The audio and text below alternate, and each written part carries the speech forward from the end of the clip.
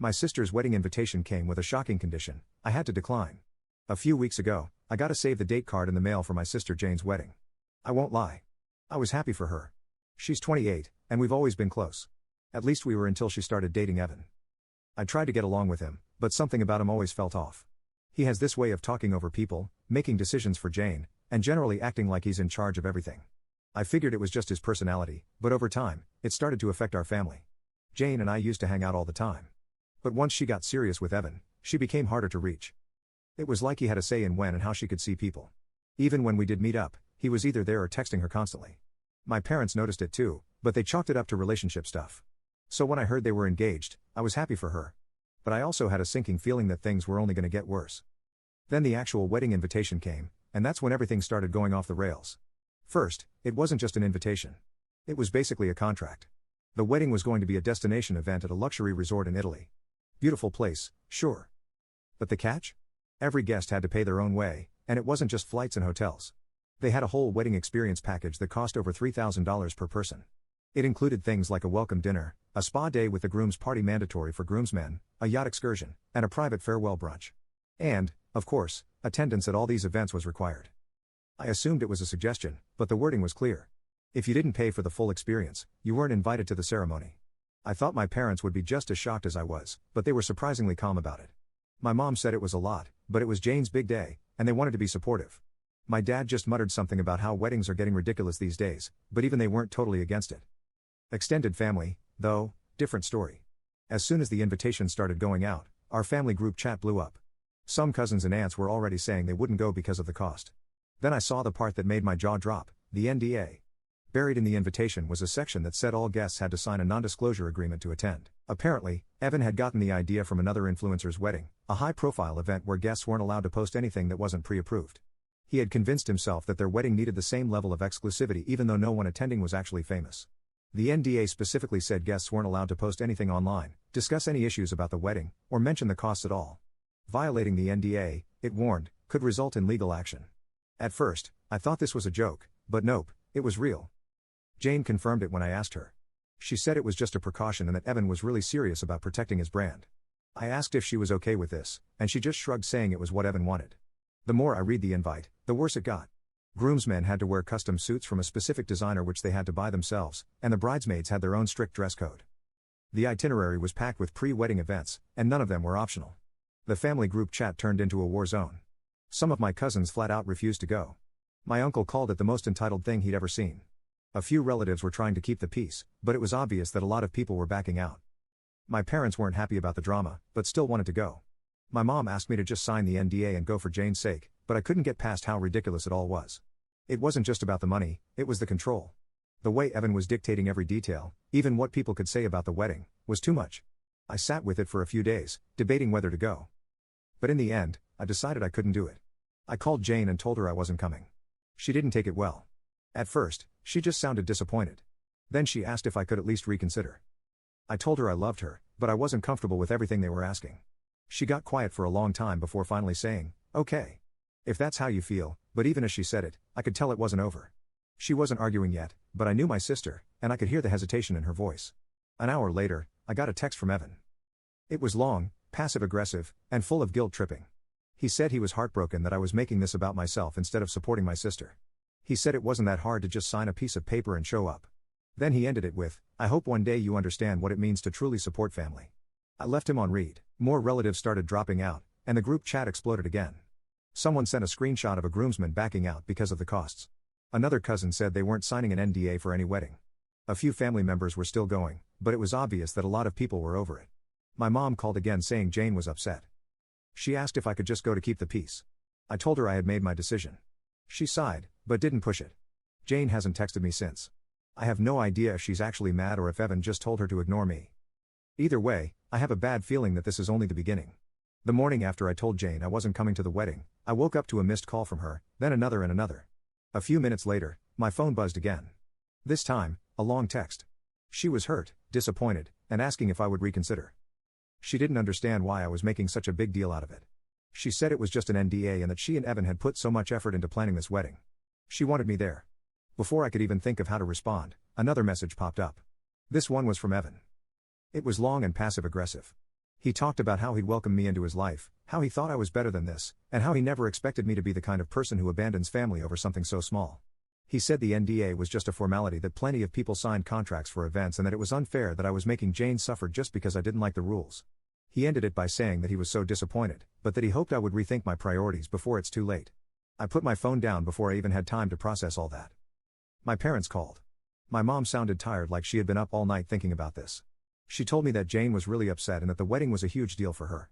My dad wasn't saying much in the background, but I could tell he wasn't thrilled about the drama either. My mom asked me to just sign the NDA and come to the wedding. For Jane's sake, I told her I wasn't going. Silence. Then a sigh. She didn't argue, but I could hear the disappointment in her voice. By midday, the family group chat had turned into a disaster zone. More people were backing out. A cousin posted a message saying they loved Jane, but they weren't spending thousands of dollars on a trip just to follow a bunch of strict rules. Someone else chimed in saying they didn't appreciate being told what they could and couldn't post online. One of my aunts, who is usually the peacekeeper, tried to calm everyone down, but it wasn't working. The chat kept blowing up, then Evan joined in. He sent a long angry message about how this was supposed to be the happiest time of his and Jane's lives and how it was disgusting that people were making it about themselves. He accused certain family members, no names, but it was clear he was talking about me, of starting drama and ruining their special moment. He ended it by saying that real family supports each other no matter what. More people left the chat. Jane called again that night. This time, she wasn't just disappointed. She sounded exhausted. She told me that Evan was beyond stressed, and all this drama was only making it worse. She didn't get why I was making this so difficult. She asked if I could just sign the NDA and come for her, not for Evan. I told her no. The call ended shortly after that. By the next morning, even more guests had dropped out. A cousin sent me a message saying she had privately told Jane she wasn't coming either. Apparently, she didn't take it well. People were backing out left and right, and it was starting to get to her. At that point, I was frustrated, so I did something I don't normally do. I vented on Reddit. I didn't use real names or locations, but I laid out the situation, the expensive wedding, the NDA, the fallout with Jane. I hit post and didn't think much of it. Then it blew up. By that evening, the post had thousands of upvotes. People were commenting nonstop, calling the NDA ridiculous, and saying Evan sounded controlling. Some said I should be glad I wasn't going. Others called the whole wedding a cash grab. There were even a few people who shared similar experiences. Weddings with insane demands. Groomzillas who pushed family away. Then the private messages started rolling in. A few distant relatives I hadn't talked to in years reached out. Some had seen the post. Some had just heard about the drama through the family. They all had the same thing to say. This whole wedding was out of control, and they were glad someone was standing their ground. But Evan wasn't done. That night, he sent another message. This time, he wasn't pretending to be nice. He accused me of always being against him, of never supporting Jane, of trying to tear them apart. He said I had no idea what it was like to plan a wedding of this scale, and that I was being selfish by refusing to just go along with it. I ignored it. Then my mom called again. She told me Jane had stopped responding to her texts. She wasn't talking to her, my dad, or anyone else who had backed out. She sounded worried. Later, one of my uncles, one of the few people who had actually RSVP'd yes, called me. He said I did the right thing, that this whole thing was a mess, and that Jane was probably too deep into it to see how bad it was. Jane still hadn't replied to my last message. I didn't know if this was going to blow over or if I had just lost my sister over a wedding. But one thing was clear, this was far from over. A few days after my last update, things went from bad to worse. More people started dropping out of Jane and Evan's wedding. At first, it was just a few cousins and distant relatives. Then, one of Evan's groomsmen backed out.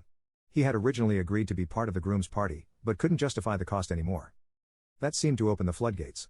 By the end of the week, the guest list had shrunk dramatically. The family group chat was practically dead, except for the occasional message from my mom asking people to just do what's best for Jane. A few people still planned to go, but it was clear that the wedding wasn't going to be the grand over-the-top event Evan had envisioned. Then my mom called. Again, Jane wasn't doing well. She had stopped talking to a lot of people, including some of our relatives who had always been supportive of her. My mom was worried. She said she seemed stressed and had even mentioned canceling the wedding. I asked if she was serious or if it was just something she said in frustration, but she wasn't sure. Then later that night, I got a message from a cousin. It was a screenshot of a conversation in a private wedding group chat. Evan was losing it.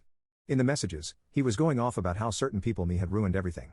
He was furious that so many guests were dropping out and even angrier that people weren't taking his wedding seriously. Then he said something that made my stomach drop. If people aren't going to support us, then maybe there's no point in having this wedding at all. I didn't even have time to process that before I got a message from Jane. It was long. She was desperate. She said Evan was rethinking the entire wedding because of how many people were backing out. She begged me to reconsider, saying that if I showed up, it might make other people change their minds too. She said she didn't want to lose more people, that it was tearing Evan apart, and that he was devastated. I asked if he would drop the NDA. If that was the issue, I'd come. Silence. A few minutes later, she replied, Evan refused to drop the NDA. That was it for me. I told her my stance hadn't changed. If he wasn't willing to compromise, then neither was I. A few hours later, another cousin sent me more screenshots from the wedding chat. Evan had trashed me again, saying I had always hated him and had never supported Jane's happiness. He even hinted that I was jealous of their relationship. At that point, I couldn't stay silent. I called Jane. I asked if she had seen what Evan was saying about me. She had, and she still defended him. She said he was just venting and that he was under a lot of stress. I told her it wasn't just about me anymore. He was bad-mouthing half the family at this point. She had no response. Then my dad pulled me aside later that night. He told me he thought the whole thing was ridiculous too, but he didn't want to take sides. He just wanted Jane to be happy even if it meant going along with Evan's insane demands. Meanwhile, Evan was unraveling. At first, he kept up the act, playing it cool, pretending it didn't bother him. But as more guests backed out, the cracks started to show. A cousin who was originally supposed to be one of his groomsmen told me that Evan had snapped when another guest backed out. At first, he was just venting, but then he got frustrated, accusing people of sabotaging his wedding. What started as a few harsh words turned into a full-on breakdown, crying, pacing, and blaming everyone but himself. He even accused Jane's family of trying to sabotage the wedding. It wasn't just the guests backing out either. The vendors started dropping too. A florist backed out claiming there were payment issues. Then, a caterer allegedly canceled because Evan's family was late on payments. At this point, even the guests who were still planning to go started questioning if this wedding was even happening. Then in a last-ditch effort, Jane messaged me again. She offered to pay for everything, my flights, my hotel, my entire wedding experience package. She just wanted me there, but the NDA still stood. I refused. She told me I was going to regret this, that this was a once-in-a-lifetime event, and that I'd be missing out on one of the most important days of her life. Then Evan blocked me. I checked Instagram later that night, and I was completely blocked from his account. No mutual friends, no wedding updates, nothing. I wasn't even surprised at that point. The family was still divided. Some people thought I should just suck it up and go for Jane's sake. Others told me I was absolutely doing the right thing. The group chat was dead. My parents were stressed, and Jane was barely talking to anyone. Then the rumors started. A cousin called me saying they had heard from someone close to Evan that the wedding was either going to be downsized or postponed. They couldn't afford the original plan anymore. And with so many guests backing out, it was no longer the dream wedding Evan wanted. I haven't heard from Jane since. At this point, I have no idea what's going to happen. But if Evan is really reconsidering the wedding, then maybe, just maybe, Jane is starting to see the cracks too. A week after everything started falling apart, a cousin who had backed out of the wedding called me. He had some serious tea. Apparently, at one of Evan's last remaining groom events, he lost it in front of a few of the groomsmen. He wasn't just upset. He was furious about the guest list shrinking. He started ranting about how if people didn't want to support their love, then maybe he and Jane should just elope instead. The cousin who overheard it wasn't sure if he was serious or just trying to make a point, but either way, it wasn't a great sign. Then 2 days later, I got another call, this time from my mom. Jane had broken down. She wasn't just upset. She had a full-on meltdown in front of my parents. She told them she felt trapped. She wanted this wedding to go smoothly, but with so many people backing out, Evan had been putting all the pressure on her. She felt like she was caught in the middle, trying to please him while watching her family pull away. For the first time, my mom admitted she thought Evan was being unreasonable. Up until now, she had been trying to keep the peace, but after seeing Jane like that, she finally saw how much stress this whole situation was putting on her. Then the rumors started flying. One of my aunts, who was still invited, heard from another guest that Evan was thinking about canceling the wedding altogether. Apparently, he had told one of his friends that if enough people weren't going to be there, then it wasn't worth having the wedding at all. It wasn't just guests dropping either. More vendors started bailing. First, the venue had issues with late payments from Evan's family, then another caterer pulled out. It was like a domino effect. One thing after another kept going wrong. That's when my parents finally decided to step in. My dad sat Jane down and tried to talk to her about the situation. He didn't push too hard, but he made it clear that he was worried about how much control Evan had over everything. My mom, now fully on board with the "this wedding is a disaster" mindset, told Jane that if things were this hard before the marriage even started, maybe she should take a step back and think about what she was getting into. I wasn't involved in that conversation, but I heard about it later. And apparently, for the first time, Jane actually listened. Meanwhile, Evan was still trying to salvage what was left. He sent out a massive email to the remaining guests. It was basically a long dramatic guilt trip about how important this wedding was and how he and Jane had worked so hard to plan the perfect day. He wrote about how they were so hurt by the people who backed out and how they hoped that the people who truly cared about them would still show up. I stayed out of it. I wasn't going to argue with him or try to convince Jane of anything. At this point, she had all the information she needed. Then out of nowhere, Jane called me. It had been a while since we talked, and this time, she sounded different. She told me that for the first time, she was starting to feel like maybe something was wrong. She didn't say much, but I could tell she was really conflicted. Then the final blow, Evan gave her an ultimatum. He told her that if she couldn't fully commit to him, meaning choosing him over her family, then they needed to rethink everything. Jane didn't respond right away. Instead, she sat with it, thought about everything. Days passed, and for the first time, she started admitting things to herself, how she felt trapped, how she had ignored the warning signs, how Evan's demands had worn her down. And then, finally, she made her decision. She called off the wedding. It wasn't a dramatic moment. There was no big fight, no screaming match. She just walked away. Evan lost his mind. He started publicly trashing Jane and our family. He made vague but obvious social media posts about how he had wasted years on someone who didn't deserve him. He hinted that Jane had betrayed him and that he had been surrounded by toxic people the whole time. Then he moved out. Jane left their shared apartment and went to stay with our parents. She didn't say much, just that she needed time to figure things out. At this point, the wedding that was supposed to be the event of the year was officially dead. No one was talking about the NDA anymore. No one was booking flights or planning outfits. It was over. I still don't know what's next for Jane, but for the first time in years, it feels like I have my sister back. 2 days after Jane called off the wedding, I got a simple text from her. It's officially cancelled. That was it. No long explanation. No details. Just 3 words. The first thing I did was check social media. Evan hadn't said anything yet, but I knew that wouldn't last long. Sure enough, by the end of the day, he had started posting vague, passive-aggressive messages. Sometimes you think you know someone, and then they show their true colors. Toxic people will always try to bring you down when they see you shining. At least I know who was really on my side all along. It didn't take a genius to figure out who he was talking about. The comment section was full of his followers hyping him up, telling him he deserved better, that he was too good for her anyway. A few mutual acquaintances liked the posts, but most people stayed quiet. Meanwhile, my parents, while still technically sad that the wedding didn't happen, were also relieved. My mom finally admitted that she had been worried about how controlling Evan was. My dad, usually the quiet one, just muttered something about how it was never going to work anyway. Then word started spreading that Evan's family was furious. I heard from a cousin that Evan's parents were livid about all the money they had spent on wedding preparations. They had put down deposits, booked vendors, and even started paying for certain exclusive add-ons Evan wanted. And now it was all gone. Then the vendors started demanding final payments. The florist and the caterer who had already backed out before the wedding even got cancelled were still owed money. Evan's parents had made partial payments but had been dragging their feet on the final invoices. Now that the wedding was cancelled, they were trying to claim that they shouldn't have to pay the remaining balance, but the contract said otherwise. Vendors started sending legal notices demanding payment. One even threatened to take them to small claims court if they didn't settle their bill. The vendors weren't having it. I don't know all the legal details, but from what I heard, at least one of them was threatening to take them to court if they didn't pay up. Jane, meanwhile, moved back home. She didn't say much at first, just that she needed some space to figure things out. She looked exhausted, like she hadn't slept in days. My parents gave her room to breathe, but I could tell they were happy to have her back. Then for the first time in years, Jane finally opened up. It started small, a comment here, a passing remark there. Then one night, she just started talking.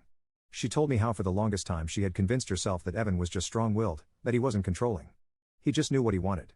But the more she talked, the more it became clear. He never really listened to her at all. He planned the wedding without her. She had barely been consulted on the big decisions, where it would be, how long the trip was, who was invited. She hadn't even wanted a destination wedding in Italy.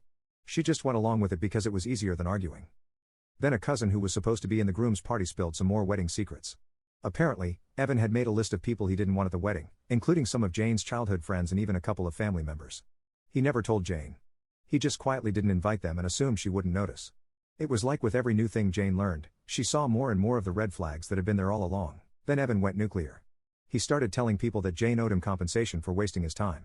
He told mutual friends that he had spent years building a future with her, and now she was just throwing it all away.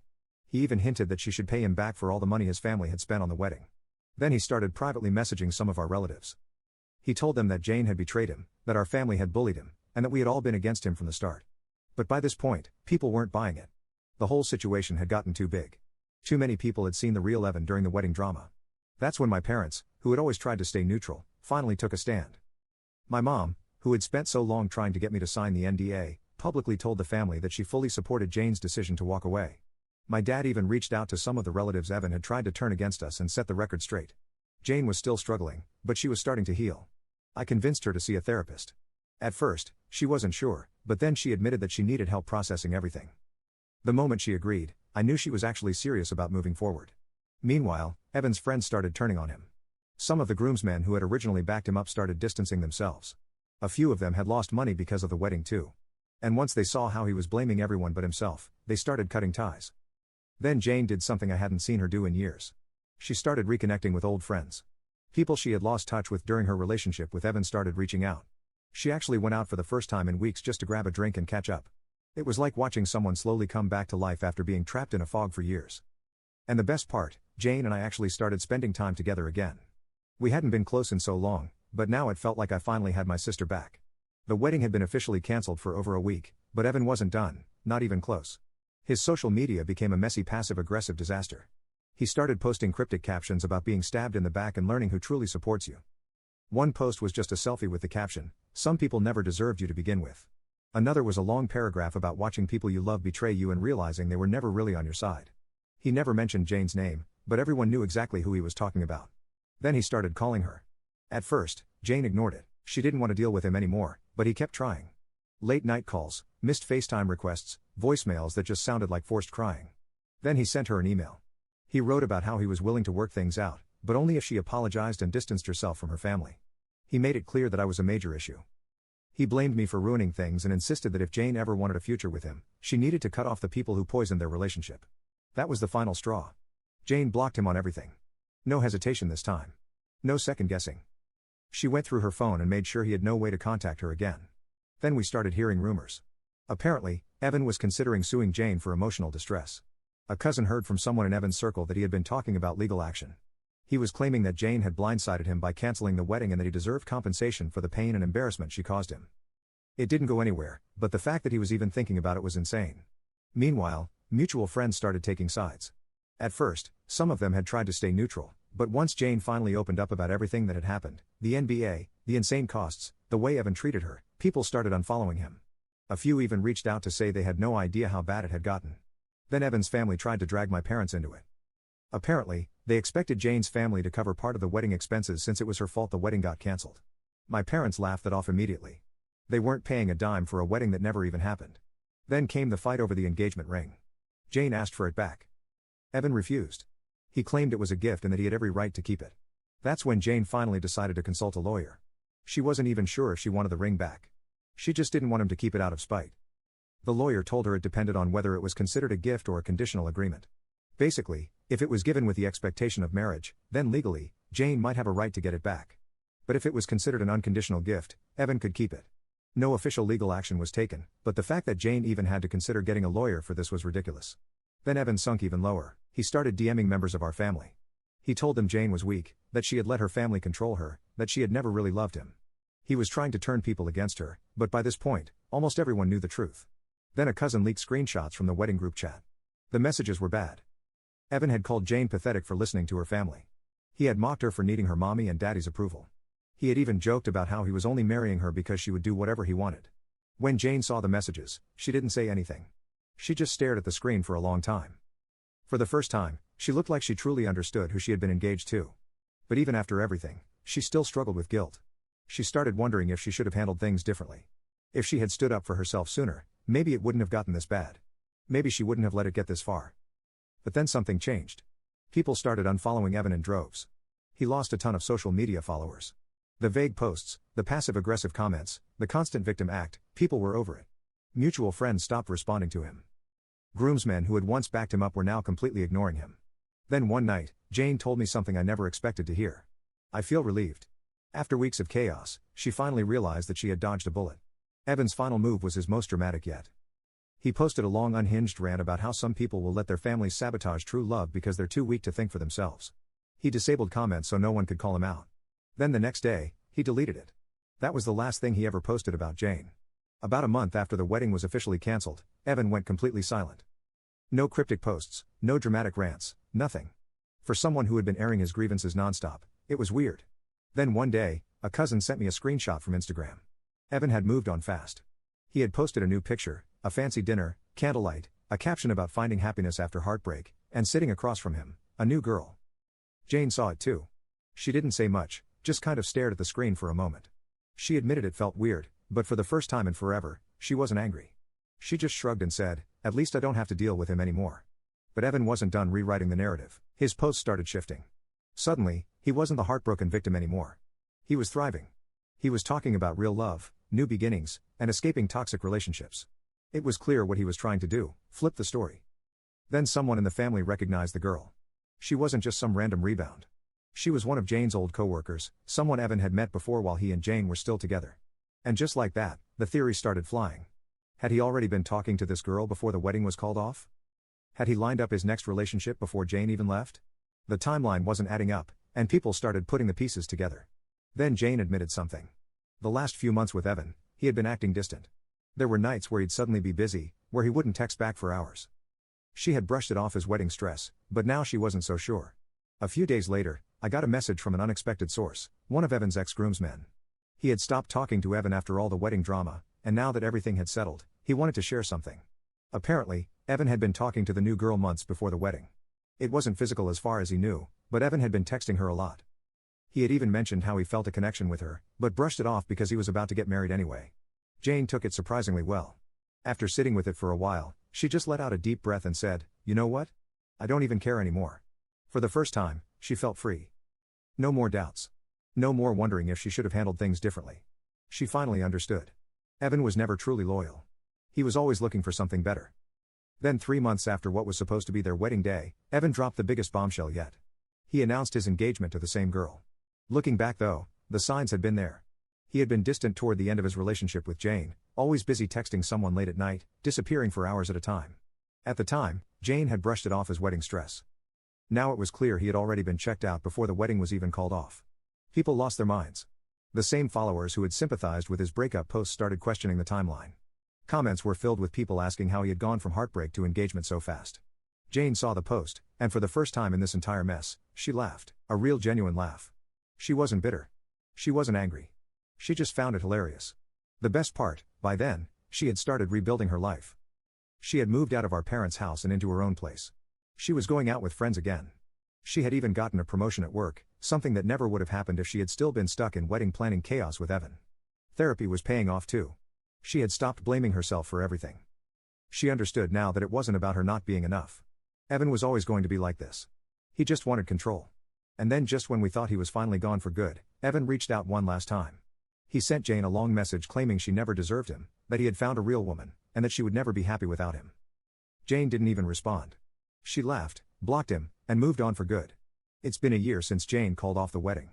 And honestly, I've never seen her doing this well. She's in a new relationship now, and this time it's actually healthy. No weird ultimatums, no controlling behavior, no endless drama. Her boyfriend is kind, supportive, and most importantly, he treats her like an equal. From what I've seen, they actually talk things out, make decisions together, and get this, he encourages her to have a life outside of their relationship. Basically, the exact opposite of Evan. Meanwhile, Evan's whirlwind engagement, it imploded. I found out through mutual friends that he and his new fiancée didn't even make it 6 months. No fancy wedding, no over-the-top destination event, just a messy breakup. And the best part, his ex spoke out. One of my cousins who still follows Evan's former groomsmen told me that the girl finally realized who she was dealing with. According to what she told her friends, Evan was sweet and fun at first, but the moment things got serious, he turned into a completely different person. He demanded control over everything. He made strict rules about what she could and couldn't post online. He expected her to pay for everything while constantly complaining that she wasn't doing enough. It didn't take long for her to see the red flags. And once she called him out on his behavior, he lost it. The breakup wasn't pretty. She left him, and Evan tried everything to keep her. But unlike Jane, she wasn't as easily manipulated. Once she was done, she was done. Then out of nowhere, Evan tried to come back. Jane woke up one morning to a long message from an unknown number. It was Evan. She didn't even read it. She saw his name, sighed, and deleted it. Then she blocked the number. That was it. No curiosity. No second thoughts. She was finally over it. Meanwhile, Jane's career has skyrocketed. Without Evan holding her back, she's been killing it at work. She got a promotion 6 months ago, and her boss has already hinted that she's in line for an even bigger role soon. Turns out, when you're not being drained by constant drama, you actually have time to focus on things that matter. And my parents, they finally admitted that they should have spoken up sooner. They told Jane they were sorry for not saying anything when they saw how controlling Evan was. At the time, they just wanted to support her. But looking back, they realized they should have warned her. Now they're just happy to have their daughter back. As for Evan, his fake influencer persona is starting to crumble. People see through him now. He still posts about self-growth and thriving after heartbreak, but the engagement scandal definitely hurt his reputation.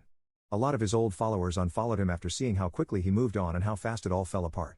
Every once in a while, someone will send me screenshots of his random posts that seem clearly aimed at Jane, the most recent one. Some people never change. Glad I dodged that bullet. Sure, Evan. Whatever helps you sleep at night. Meanwhile, in our family, the whole thing has basically turned into a running joke. Whenever we see something expensive or over the top, someone will say, "Hey, should we make it a mandatory wedding experience package?" Or if anyone starts over explaining something, we'll say, "Sign the NDA first." Even Jane laughs about it now. A few months ago, we took a sibling trip together. Just the two of us. First time in years, we actually hung out like that. No tension. No Evan drama. Just us being sisters again. And, honestly, that's the best part of all of this. Evan tried to break Jane. He tried to isolate her, control her, and make her feel like she needed him. But in the end, he's the one who lost. Jane got her life back. She got her family back, and now she's happier than she's ever been. Sometimes dodging a wedding invite is the best decision you'll ever make. You said a few months after Evan's whirlwind engagement collapsed, he started reinventing himself. His social media was suddenly filled with posts about self-growth and escaping toxicity. He branded himself as a self-love influencer, constantly talking about how he had healed from the past and learned to thrive alone. The irony, he was clearly still bitter. Every few weeks, he'd drop a not-so-subtle jab about people who let their families ruin their lives or weak women who can't think for themselves. The captions were different, but the message was always the same. He was still obsessed with Jane. Then, out of nowhere, Jane got an email. It was from Evan. It was long and dramatic. He claimed he had matured and wanted to have a real conversation to clear the air. He said he had moved on but wanted closure so they could both heal properly. Jane showed me the email, and we both just stared at the screen. At this point, everyone told her to ignore it. My parents, mutual friends, even Jane's boyfriend said it wasn't worth it. But I could tell there was a part of her that was curious. Not because she wanted to get back in touch that ship had sailed, but because she wanted to know what his angle was. Then a mutual friend dropped some major tea. Apparently, Evan's influencer career had taken a major hit. The wedding fallout had hurt his reputation. Brands were wary of working with someone who had been publicly tied to such a messy situation. Sponsorship deals slowed down, and with all the money he and his family had poured into the wedding, he was struggling to keep up his lifestyle. The wedding vendors he and his family had stiffed, some of them were still trying to take legal action. His social media presence was shrinking fast. The engagement fallout had ruined his credibility. People didn't trust him anymore. Brands had stopped reaching out, and his sponsored posts had dried up. He wasn't just looking for closure. He was looking for a lifeline. Then we found out his real plan. One of my cousins, who still had mutual friends with Evan, did some digging. Turns out, Evan was trying to launch a podcast about overcoming heartbreak and moving forward after betrayal, and he wanted Jane to be part of it. He wasn't reaching out to heal. He was trying to use her for content. Jane finally read the email in full, and it was exactly what we expected: manipulative, vague, and full of guilt-tripping language. It wasn't a real apology. It was him trying to rewrite the story again, this time with him in control of the narrative. Jane didn't respond. She didn't tell him off. She didn't argue. She didn't give him the attention he desperately wanted. She just let him stew in silence. Then Evan did what he always does when he doesn't get his way. He had a meltdown online. He posted a long dramatic rant about how some people can't handle the truth and are too weak to face their past mistakes. It stayed up for a few hours before he deleted it. But by then, enough people had seen it, and the general reaction, no one cared anymore. People were tired of his drama, and then we heard the final piece of karma. Evan had to move back in with his parents. His financial troubles had finally caught up to him, and without the influencer income he had relied on, he couldn't keep up with his lifestyle. Meanwhile, Jane's life, the complete opposite. She was thriving. She and her boyfriend were planning a big vacation together, something she never would have been able to do if she had married Evan. Her job was going better than ever, and for the first time in years, she actually felt like her own person. Evan, however, was still trying to stir the pot. He started reaching out to mutual friends, hoping someone would convince Jane to talk to him. Nobody took the bait. Then the ultimate irony, one of the cousins who leaked Evan's wedding group chat rants got invited to an event where Evan was. Instead of confronting them, Evan pretended they had never met, just acted like none of it had ever happened. At this point, Jane finally admitted she didn't feel any anger toward him anymore, just relief. She dodged a bullet, and now she was finally free. Looking back, it's crazy to think that this all started with a ridiculous wedding invitation. But in the end, it turned into something much bigger, something that saved Jane from the worst decision of her life. A few nights ago, we were all at a family gathering, and someone made a joke about the wedding that never was. Jane just raised her glass and said, "Best thing that ever happened to me." And, honestly, she's right.